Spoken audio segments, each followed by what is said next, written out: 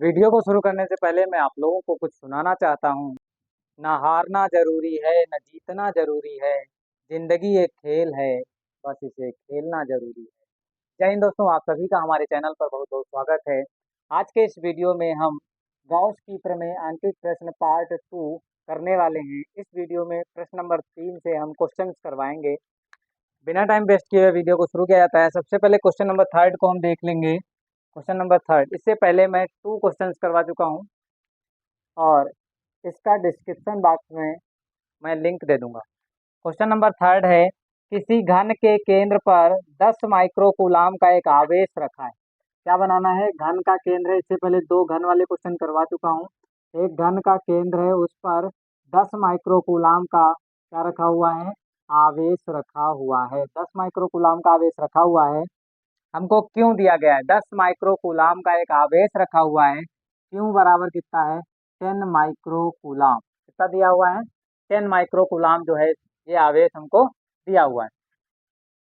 इसके बाद दिया हुआ है, एक घन के एक फलक से निकलने वाले वैद्युत फ्लक्स की गणना करो।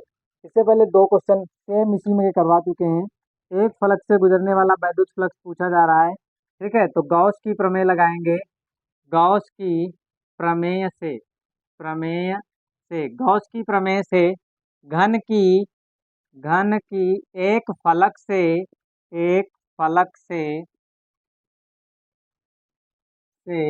गुजरने वाला गुजरने एक फलक से गुजरने वाला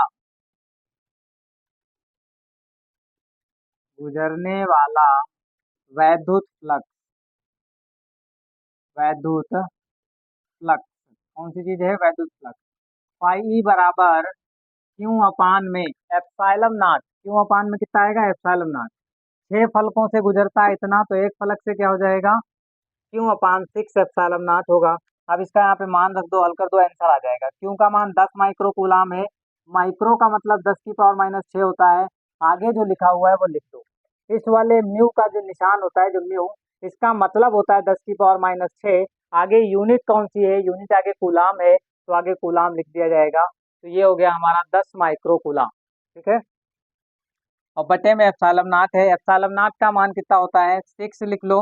एप्सिलॉन नॉट का मान 8.85 गुणे 10 की पावर माइनस का 12।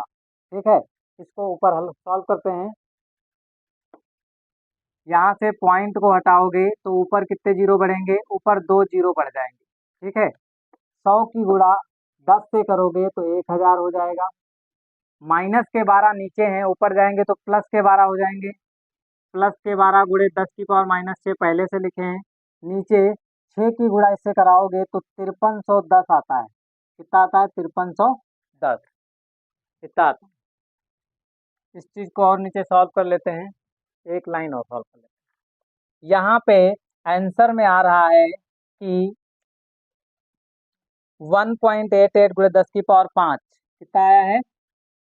1.88 गुणे 10 की पावर माइनस का 5 आया है।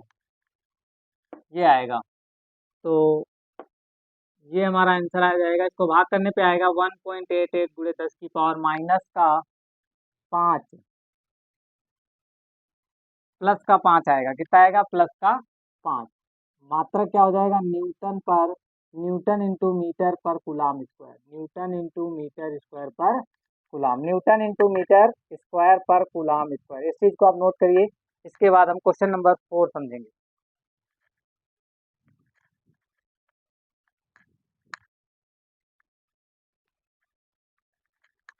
इसके बाद अगला क्वेश्चन है क्वेश्चन नंबर 4। क्वेश्चन नंबर 4 जो है इन सभी क्वेश्चनों से हटके है और अच्छा है। वेक्टर का क्वेश्चन है, आता ही आता है। इस टाइप के क्वेश्चन एग्जाम में पूछे जाते हैं। क्वेश्चन नंबर 4 है, एक समान वैद्युत क्षेत्र E। इसमें क्या दिया हुआ है? इसमें दिया गया है एक समान वैद्युत क्षेत्र E बराबर, एक समान वैद्युत क्षेत्र E बराबर कितना दिया हुआ है? एक समान वैद्युत क्षेत्र E बराबर दिया हुआ है 2 i cap plus 3 j cap. 2 i cap plus 3j cap minus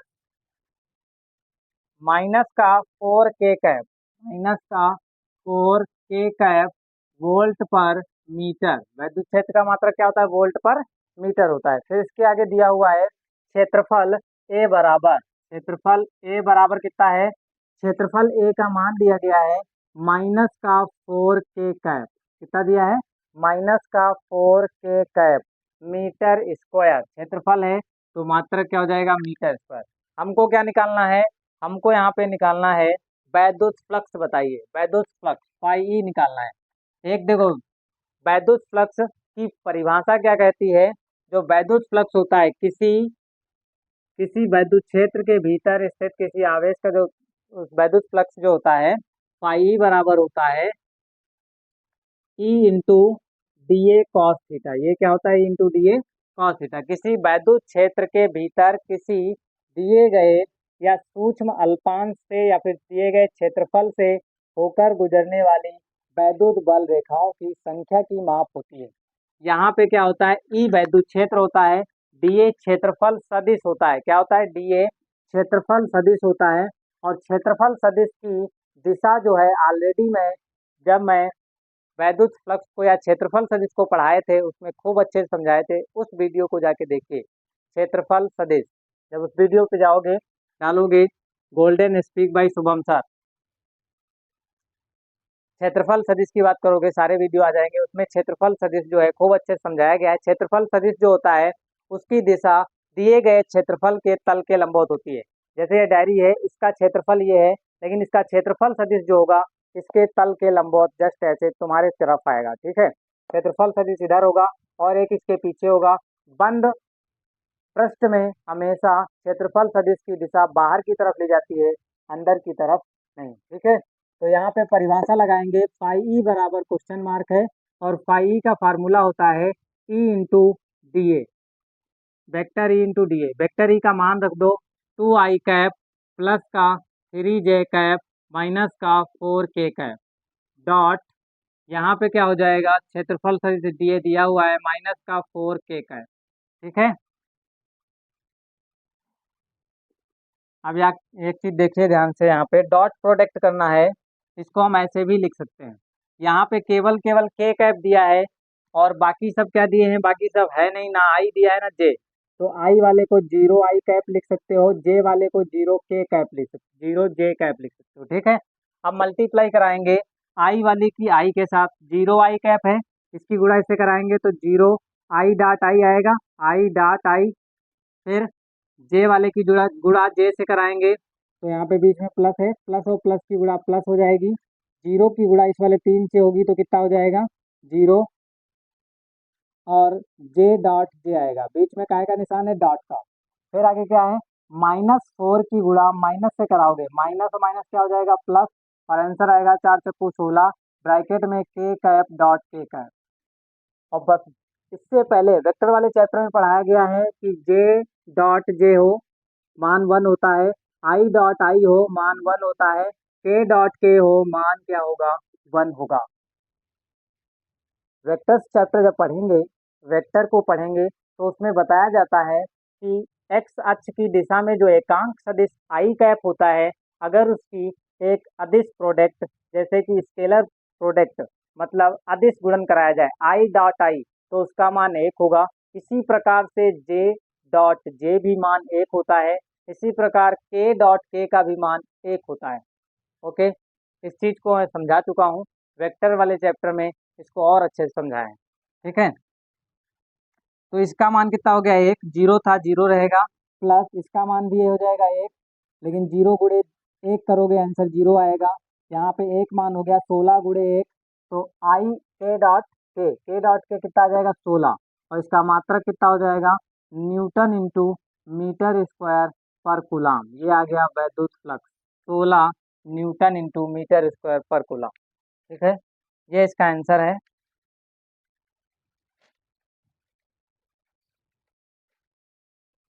हाँ, 16 वोल्ट इंटू मीटर या फिर न्यूटन इंटू मीटर। इस चीज को आप नोट करिए। अगला क्वेश्चन है question number 5। Okay,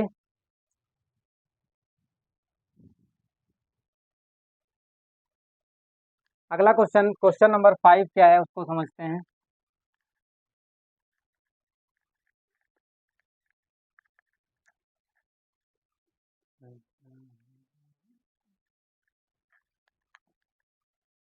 question number 5 है, वैद्युत क्षेत्र ई दिया हुआ है। क्या दिया हुआ है? वैद्युत क्षेत्र जो है ई बराबर दिया गया है, वेक्टर ई बराबर, वेक्टर ई दिया हुआ है 2i cap plus 4j cap, 2i cap, 2i cap plus में 4j कैप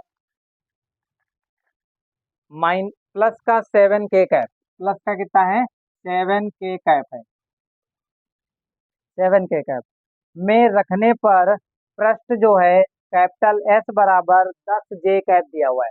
कैपिटल एस बराबर, अब पृष्ठ क्षेत्रफल को एस से भी लिखा जाता है, ए से भी लिखा जाता है, इसमें बात पृष्ठ की गई है। पृष्ठ को अंग्रेजी में सरफेस कहते हैं, इसलिए यहाँ पे एस से लिखा गया है। ठीक है, तो एस बराबर दिया गया है, कितना है? 10j cap. कितना दिया हुआ है? 10j कैप से होकर कितना वैद्युत फ्लक्स बाहर निकलेगा, पाई हमको निकालना है।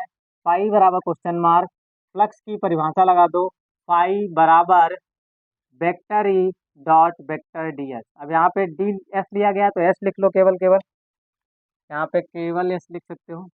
एस बराबर, ये हो गया वेक्टर एस। अब इन दोनों का मान रख सकते हो यहाँ पे। ई का मान दिया गया है 2i कैप प्लस में 4j कैप प्लस में 7k कैप। ठीक है, डॉट प्रोडक्ट का है, डॉट प्रोडक्ट मतलब अदिश गुणन करवाना है। अब एस का मान हमने बताया था, अगर जे दिया है तो बाकी जो आई और के बचे हैं उसका परिमाण 0 है। कितना है? यहाँ पे जे तो दिया हुआ है, तो आई वाले को क्या लिख सकते हो? 0i कैप प्लस में 10j कैप दिया हुआ है, और k कैप 0k कैप, ऐसा लिख सकते हो। ठीक है, 0 का मतलब है के बताता है कि जेड अक्ष की दिशा में आप 0 गए हो। ठीक है, अब यूनिट जो भी हो, यहाँ पे आई कैप क्या बता रहा है? एक्स अक्ष की दिशा में आप, एक्स अक्ष की दिशा में 0 चले हो, और जे वाई अक्ष की दिशा में 10 चले हो। ठीक है, अब यहाँ पे दोनों की डॉट प्रोडक्ट करेंगे, स्केलर गुणा जब करेंगे तो होता ये है आई की गुणा आई के साथ होती है। इसका परिमाण 0 है, इसका 2 है, 2 की गुणा 0 से कराओगे आंसर 0 आएगा, और आई डॉट आई हो जाएगा। ठीक है, सेम ऐसे 4 की गुणा 10 से कराओगे, प्लस यहाँ है प्लस यहाँ, प्लस और प्लस की मल्टीप्लाई कराओगे प्लस आएगा, 4 दाम 40 होता है, 40 हो गया। ठीक है, जे डॉट जे कितना हो जाएगा? J dot J. फिर क्या है? प्लस और प्लस की गुणा प्लस हो जाएगी, 7 की मल्टीप्लाई जब 0 से करोगे तो आंसर कितना आएगा? 0 आएगा, और यहाँ पे क्या हो जाएगा? के कैप डॉट के कैप। इतनी चीज समझ में आ गई? अगर इतनी चीज समझ में आ गई तो आंसर भी आ गया है। आई की multiply, sorry I dot I का मान अभी बताए थे 1 होता है, आई और आई 1 हो जाएगा, लेकिन 0 से जब गुणा करेंगे किसी भी नंबर की 0 से मल्टीप्लाई करने पर आंसर हमेशा 0 आता है। ठीक है, मेहनत चाहे जितनी करो, अगर 0 के साथ, कहने का मतलब है कि बैड कंपनी के साथ चाहे जितनी मेहनत करो, अगर आप अच्छे लोगों के साथ बैठेंगे उठेंगे तभी आप अच्छे बनेंगे। और तो यहाँ पे 0 बात बैड की नहीं है, बात 0 कोई बैड नंबर नहीं होता है, 0 बहुत बड़ी नंबर होती है। 0 की खोज करने वाले महान वैज्ञानिक आर्यभट्ट थे। मैं यहाँ पे बता रहा हूँ कि मतलब 0 जो है, 0 किसी भी नंबर से, 0 की किसी भी नंबर से मल्टीप्लाई करा दो, वो सबको क्या कर देगा? 0 कर देगा। यहाँ पे 0 हो गया। 0 वो मैजिक नंबर है कि आप चाहे जितनी भी बड़ी नंबर से 0 की मल्टीप्लाई करा दो, आंसर क्या मिलेगा? 0 मिलेगा। यहाँ पर भी क्या हो जाएगा? 40 आ जाएगा, जे डॉट जे 1 हो जाएगा, प्लस में 0 हो जाएगा, और 40 में जब 0 जोड़ोगे तो आंसर क्या मिलेगा? 0, और इसका मात्रक क्या हो जाएगा? न्यूटन इंटू मीटर स्क्वायर पर कूलाम, अथवा वोल्ट पर metre, volt into metre, volt into metre, ये मात्रक हो जाएगा। ये आ गया हमारा फाई ई। ठीक है, इस चीज को आप नोट करिए। इसके बाद क्वेश्चन नंबर 6 को हम समझते हैं।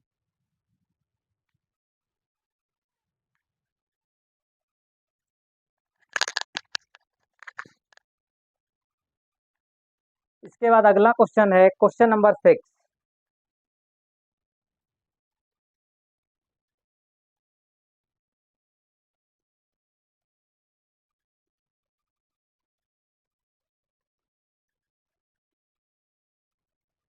क्वेश्चन नंबर 6 दिया हुआ है कि एक विद्युत क्षेत्र में क्षेत्र की तीव्रता दी हुई है, क्या दी है, वेक्टर ई बराबर दिया गया है, वेक्टर ई बराबर है 1.2 आई कैप, कितना है 1.2 आई कैप प्लस में 1.6 जे कैप, प्लस में 1.6 जे कैप, इतना दिया हुआ है, जे कैप वाला जीरो है। ठीक है, फिर कह रहे हैं न्यूटन पर कूलाम दी गई है वाईजेड तल के समांतर, न्यूटन पर कूलाम दी गई है, ठीक है, वाईजेड तल। बात देखिए यहाँ पे एक चीज ध्यान से देखिए, ये हो गया एक्स अक्ष, ये हो गया वाई अक्ष, ये हो गया जेड अक्ष।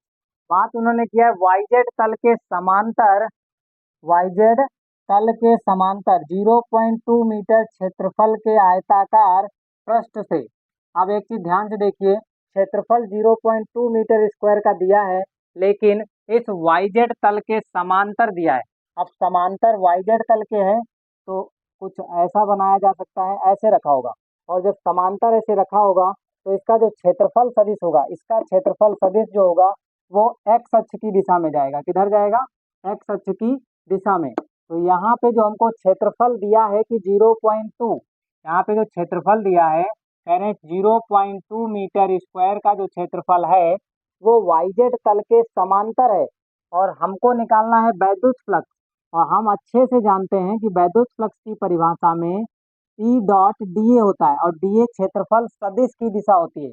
यहाँ पे क्षेत्रफल सदिश लिया जाता है, फिर उसका परिमाण बाद में लेते हैं, पहले दिशा जो होती है वो क्षेत्रफल सदिश की लेते हैं। तो यहाँ पे इसको हम ऐसे भी लिख सकते हैं, क्षेत्रफल सदिश की दिशा क्या होगी, क्षेत्रफल तो ये वाला होगा, जो क्षेत्रफल है वो ये वाला है, लेकिन ये क्षेत्रफल वाईजेड तल के समांतर है। वाईजेड तल के समांतर होगा तो एक्स अक्ष के तो लंबवत होगा, क्या होगा, एक्स अक्ष के लंबवत होगा। इस चीज को ध्यान से समझिए।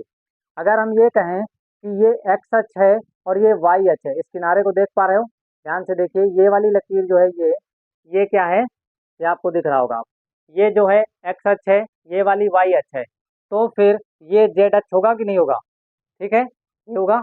अगर ये जेड अक्ष है और ये वाई अक्ष है, इस तल के समांतर एक और कोई चीज यहाँ पे ऐसे रख दिया जाए, तो जो इस तल के समांतर रखोगे ऐसे, उसका क्षेत्रफल सदिश एक्स अक्ष की दिशा में होगा, उधर होगा, मतलब इस दिशा में आएगा। और एक्स अक्ष की दिशा में, एक्स अक्ष की दिशा को दिखाने के लिए जो वेक्टर यूज किया जाता है वो आई कैप होता है, क्या होता है, आई कैप। तो यहाँ पे 0.2 आई कैप मीटर स्क्वायर, ये हो गया है। अब इसका मान रख दो, हल कर दो, आंसर आ जाएगा, बस इतना समझना था। तो ये हो गया 1.2 आई कैप, 1.2 आई कैप प्लस का 1.6 जे कैप, और फिर यहाँ पे डॉट प्रोडक्ट कर दो 0.2 आई कैप।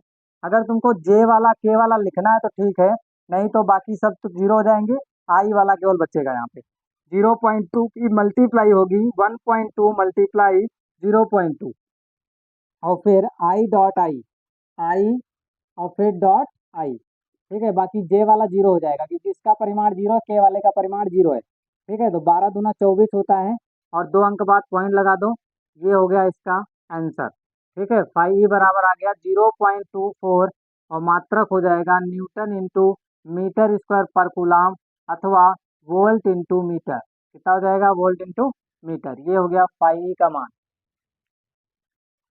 इसको नोट करिए। फिर इसके बाद क्वेश्चन नंबर 7 समझते हैं।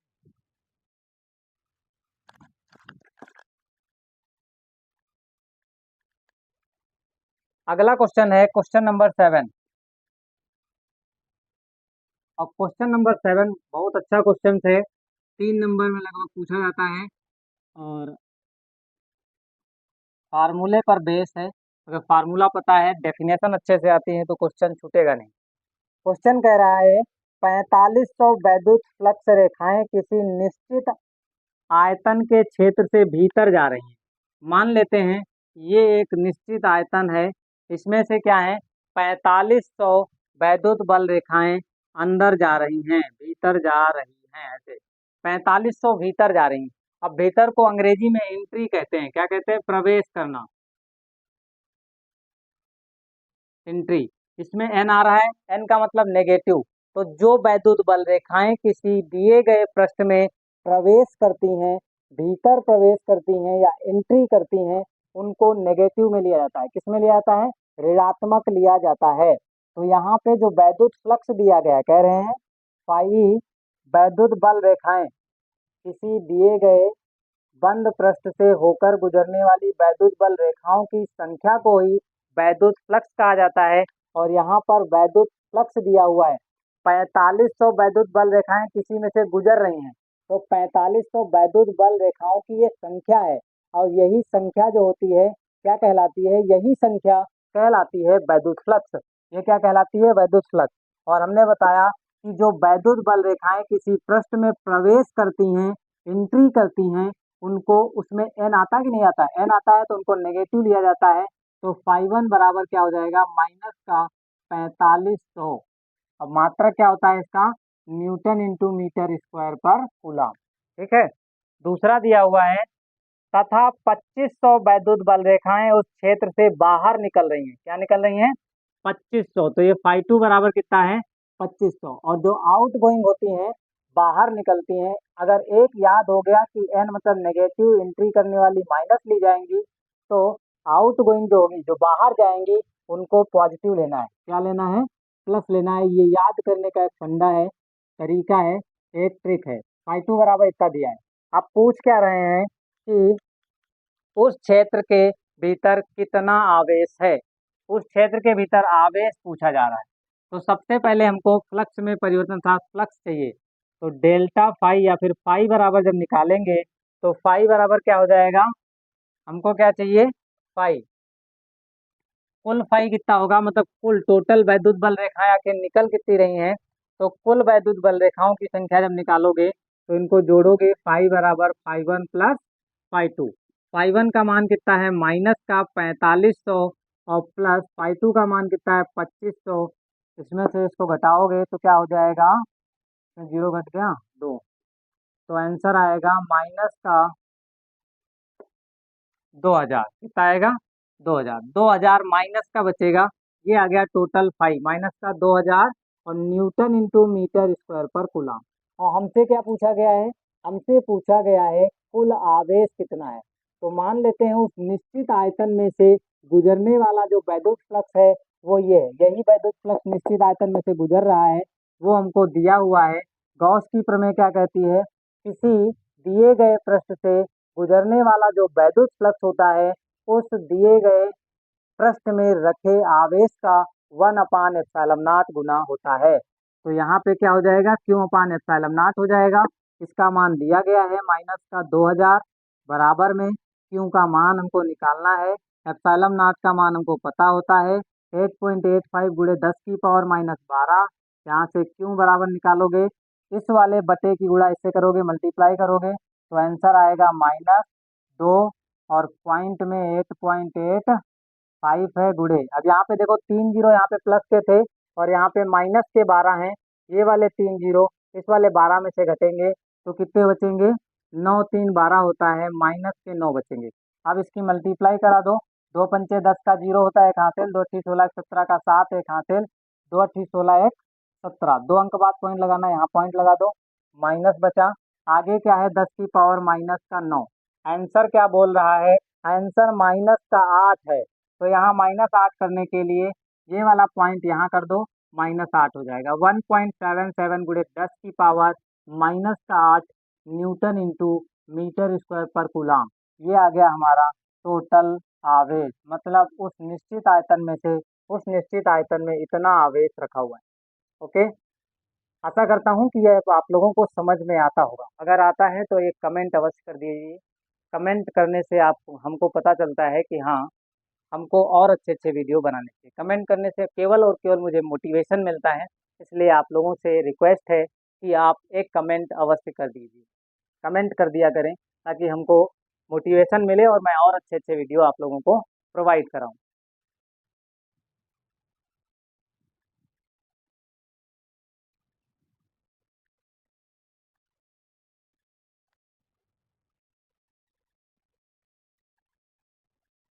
अब क्वेश्चन नंबर हमारा 8 दिया हुआ है। क्वेश्चन नंबर 8 को समझ लेते हैं क्या लिखा हुआ है।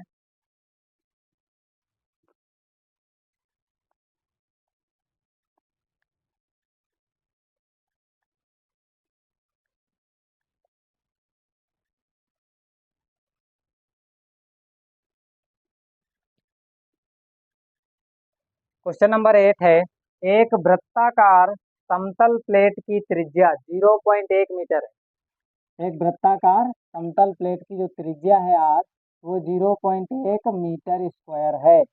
0.1 मीटर स्क्वायर है। 1 मीटर है, त्रिज्या दी है ना, वृत्त की क्या दी है, त्रिज्या, तो मीटर स्क्वायर नहीं होगा, मीटर होगा। 0.1 मीटर। फिर क्या दिया हुआ है, यह 10 की पावर 4 न्यूटन पर कूलाम की तीव्रता के वैद्युत क्षेत्र में रखी है। ई बराबर दिया गया है 10 की पावर 4 न्यूटन पर कूलाम के वैद्युत क्षेत्र में इस प्रकार रखी गई है कि प्लेट का तल क्षेत्र की दिशा से, जो प्लेट का तल है वो क्षेत्र की दिशा से 30 डिग्री कोण बनाता है। इस प्लेट के संपूर्ण क्षेत्रफल से गुजरने वाले वैद्युत फ्लक्स की गणना करो। जो प्लेट का तल है वो अब ऐसे रखी हुई है, एक चीज ध्यान से देखिएगा। ये मान लीजिए क्या है,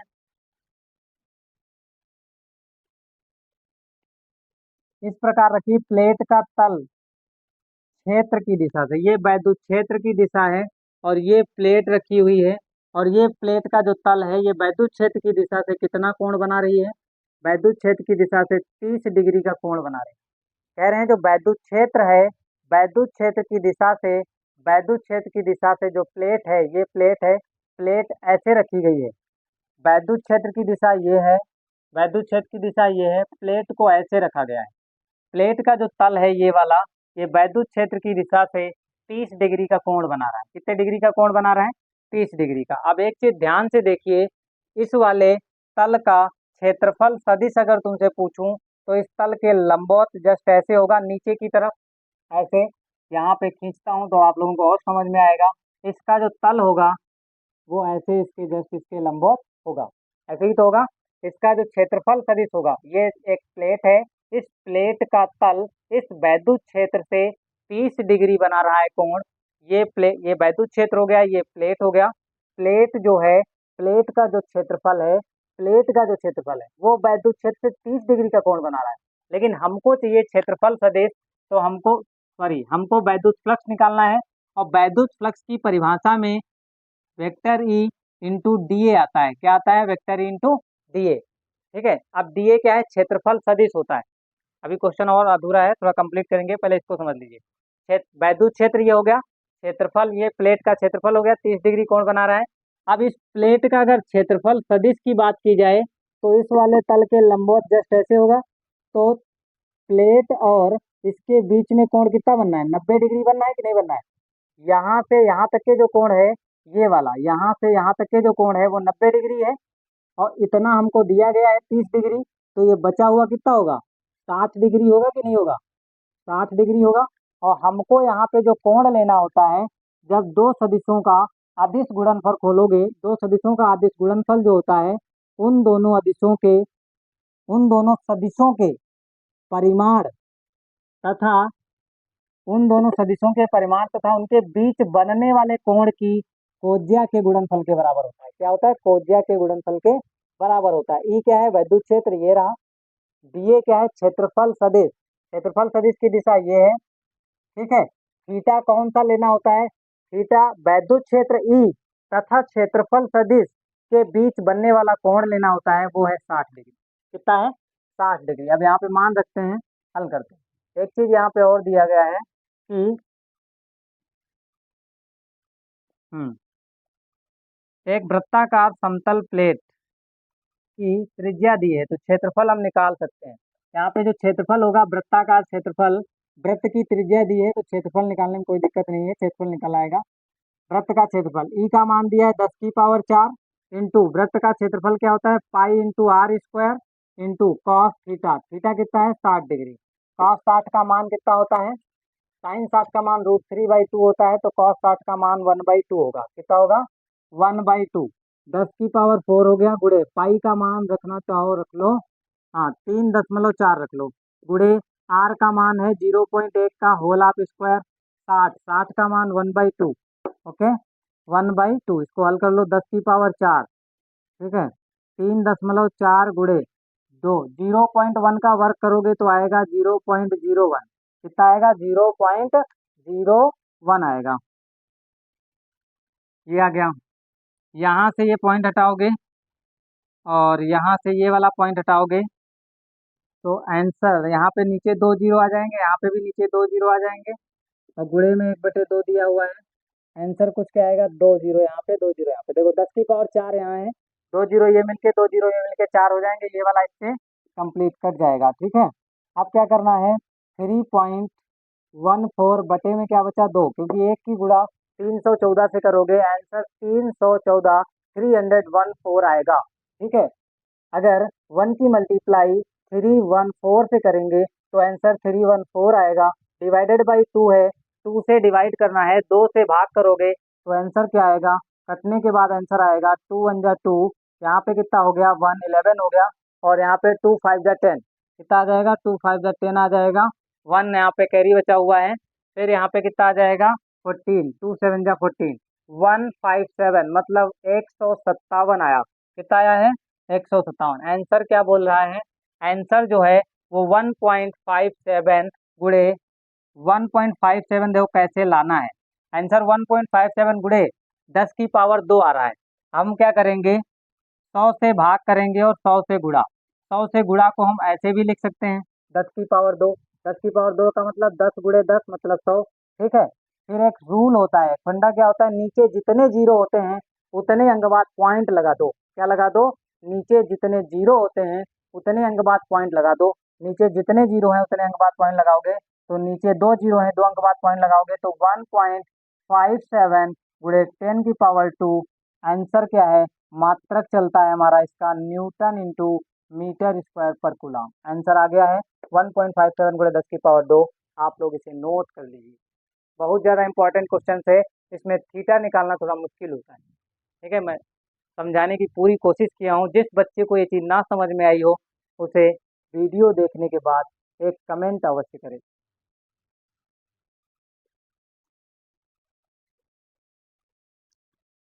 अगला क्वेश्चन होगा क्वेश्चन नंबर 9।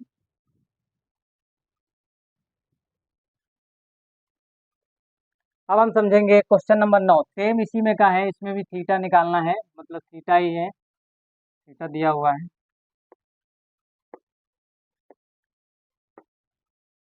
देखते हैं क्या है, सिर्फ फिगर हो सकता है, यही बनाना पड़ेगा, फिर से बना लेंगे। क्वेश्चन दिया हुआ है, एक समरूप वैद्युत क्षेत्र दिया हुआ है, क्वेश्चन नंबर 9 है, और समरूप का मतलब एक समान होता है, समरूप एक जैसा। ठीक है, ई बराबर 5 गुणे 10 की पावर 3, कितना दिया है 5 गुणे 10 की पावर 3, बाकी आगे कुछ दिया हुआ है आई कैप, मतलब एक्स अक्ष की दिशा में है। कहाँ पे है, एक्स अक्ष की दिशा में, एक्स अक्ष की दिशा में है आई कैप। ठीक है, न्यूटन पर कूलम। फिर आगे दिया हुआ है कि न्यूटन पर कूलम में एक 10 सेमी भुजा वाले वर्गाकार समतल समतल पृष्ठ YZ तल के, फिर से बात आ गई YZ तल की, Y और Z में मिसिंग कौन है, X। तो जब भी क्षेत्रफल सदिश की दिशा लिखोगे तो I में लिखोगे, क्योंकि X अक्ष की दिशा में लिए जाने वाला जो एकांक सदिश होता है वो I कैप होता है, Y अक्ष की दिशा में लिए जाने वाला एकांक सदिश J कैप होता है, जेड अक्ष की दिशा में लिए जाने वाला एकांक सदिश जो होता है वो के कैप होता है। इसलिए वाई जेड में जो मिसिंग होता है हमेशा वही आता है। ये बहुत शार्ट ट्रिक है, जब भी वाई जेड तल की बात हो रही मतलब एक्स मिसिंग है, आई कैप लिया जाएगा। जब जेड और एक्स की बात हो तो वाई मिसिंग है, मतलब जे कैप लिया जाएगा। ठीक है, और जब वाई और एक्स की बात की जाए कि वाई और एक्स जेड, सॉरी वाई और एक्स तल में कोई पृष्ठ दिया गया है या क्षेत्रफल रखा हुआ है तो हमेशा वहां पे आएगा केक है। ठीक है, जो मिसिंग होता है वो आता है, ये शॉर्ट ट्रिक है। वाईजेड तल के समांतर स्थित है, पृष्ठ से कितना वैद्युत फ्लक्स गुजरेगा यदि पृष्ठ का तल एक्स अक्ष की दिशा से 30 डिग्री का कोण बनाता है। क्या कह रहे हैं, 30 डिग्री का कोण बनाता है, पृष्ठ का तल एक्स अक्ष की दिशा से 30 डिग्री का कोण बनाता है। मान लेते हैं क्योंकि वैद्युत क्षेत्र किस दिशा में है, वैद्युत क्षेत्र जो है आई कैप मतलब एक्स अक्ष की दिशा में है, तो हम इसको एक्स अक्ष मान लेते हैं। इसको क्या मान लेते हैं, इसको हम एक्स अक्ष मान लेते हैं। एक्स अक्ष की दिशा में ये हो गया। दूसरा जो है वर्ग जो है वो एक्स अक्ष की दिशा से 30 डिग्री के कोण पर रखा है, मतलब वर्ग कुछ ऐसे रखा हुआ है, ठीक है। वर्ग ऐसे रखा हुआ है, इस पर ऐसे एक गुटका रखा हुआ है ऐसे, ठीक है, 30 डिग्री कोण बना रहा है। फिर आगे क्या दिया हुआ है, आगे कह रहे हैं कि एक्स अक्ष की दिशा से 30 डिग्री कोण बनाता है तो कितना वैद्युत फ्लक्स गुजरेगा। हमको तो इस दिए गए वर्ग का क्षेत्रफल सदिश दिए, तो वो क्षेत्रफल सदिश उसके लंबवत जस्ट ऐसे आएगा, जो कोण कितना बनाएगा, फिर क्षेत्रफल सदिश और वैद्युत क्षेत्र के बीच बनने वाला कोण फिर से कितना हो जाएगा, फिर से हो जाएगा हमारा 60 डिग्री, ठीक है। तो ये चीज़ जिसको समझ में नहीं आए वो कमेंट बॉक्स में कमेंट करेगा, मैं इसको और क्लियरली अच्छे से समझा दूंगा, ठीक है। कोशिश तो पूरी किया हूँ कि ये चीज़ आप लोगों को समझ में आ गई होगी, क्योंकि ये हो गया हमारा वैद्युत क्षेत्र, ये हो गया वर्ग। वैद्युत क्षेत्र से जो वर्ग का तल है वो 30 डिग्री कोण बना रहा है। यहाँ पे जो बात की जाती है क्षेत्रफल, यहाँ पे जो फ्लक्स में आता है डीए, वो क्षेत्रफल सदिश होता है। क्या होता है, क्षेत्रफल सदिश। और थीटा क्या होता है, वैद्युत क्षेत्र और क्षेत्रफल सदिश के बीच का कोण होता है। अब बात की जाएगी, यहाँ पे देखो क्षेत्रफल की बात की गई है, तो हमको वर्ग का क्षेत्रफल भी लिखना पड़ेगा। और वर्ग के क्षेत्रफल के लिए भुजा दी गई है, भुजा कितनी है, 10 सेंटीमीटर है। अब यहाँ पे वर्ग की भुजा मान लो एस, एस दिया है, या फिर ए मान लेते हैं, स्मॉल ए मान लेते हैं। वर्ग की भुजा क्या है, स्मॉल ए है, तो स्मॉल ए बराबर 10 सेंटीमीटर है। सेंटीमीटर को जब भी मीटर में बदलोगे तो कितना हो जाएगा, हाँ, 1 मीटर में 100 सेंटीमीटर होते हैं, तो 1 सेंटीमीटर में 10⁻²मीटर होंगे। तो 10⁻²मीटर कर लो यहाँ पे, ये आ गया मीटर, बचेगा 10⁻⁻1 मीटर, ये हो गया हमारा ये। अब हम वर्ग का क्षेत्रफल अगर लिखे तो होता है भुजा का स्क्वायर। भुजा कितनी आई है, 10⁻⁻1 का स्क्वायर कर दो, तो 10⁻⁻2 आएगा, और मीटर स्क्वायर, ओके। ये आ गया, ये हमारा क्षेत्रफल आ गया। इसका मान रख दो यहाँ पे, ई का मान दिया गया है 5 × 10⁻³ आई कैप है, तो आई कैप लिख लो इंटू डी ए। अब ये क्या है, ये क्या है, क्षेत्रफल सदिश जो होगा वो भी क्या होगा, वाईजेड तल की बात की गई है, तो किस में लिया जाएगा, आई कैप में लिया जाएगा, तो 10⁻⁻2 आई कैप आएगा। और डॉट प्रोडक्ट तो यहाँ पे होना ही होना है, थीटा दिया हुआ है। अब परिमाण लिख रहे हैं तो वेक्टर्स को हटा ही देते हैं। यहाँ पे बात परिमाण की जा रही है, तो सदिश को हटा दो, 10⁻³ आई कैप लिखने की कोई ज़रूरत नहीं है। 10⁻⁻2 ये हो गया हमारा ए का मान, और यहाँ पे आएगा कॉस थीटा, थीटा कितना है 60 डिग्री, मान रख लो, हल कर लो। अब 10 की पावर यहाँ पे 5 हो गया, गुड़े 10 की पावर +3 है, 10⁻⁻2 है, 10⁻⁻2, 10⁻+3, तो यहाँ बचेगा 10⁻1। और cos 60 का मान 1/2 होता है, 2 से गुणा कर दो, दो दो दो पंचे 10, यहाँ पे 5, 5 × 5, 5 × 5 कितना होता है, 25 होता है। आंसर कितना आ गया, 25। आंसर आ कितना रहा है यहाँ पे आंसर आ रहा है 25 न्यूटन इंटू मीटर पर कूलाम, ठीक है, 25 न्यूटन मीटर पर कूलाम आ रहा है।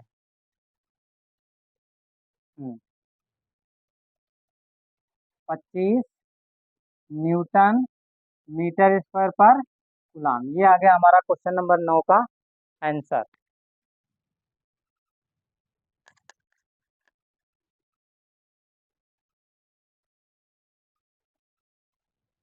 अगला क्वेश्चन है क्वेश्चन नंबर 10। अगले क्वेश्चन को मैं इससे बाद वाले वीडियो में समझाऊंगा, और आज के वीडियो में इतना ही। यदि आप लोगों को हमारे पढ़ाने का तरीका और समझ में आता है, पढ़ने में आनंद आता है, तो आप लोगों से मुझे केवल एक कमेंट और एक लाइक चाहिए। बाकी मैं आप लोगों से कुछ नहीं चाहता हूँ, एक प्यारा सा कमेंट कर दिया करें। वीडियो को देखने के बाद कमेंट करने से हमारा मोटिवेशन बढ़ेगा, मैं और अच्छे अच्छे वीडियो आप लोगों को प्रोवाइड कराऊंगा। तो आज के वीडियो में इतना ही, अगले वीडियो में फिर मिलेंगे। जय हिंद दोस्तों।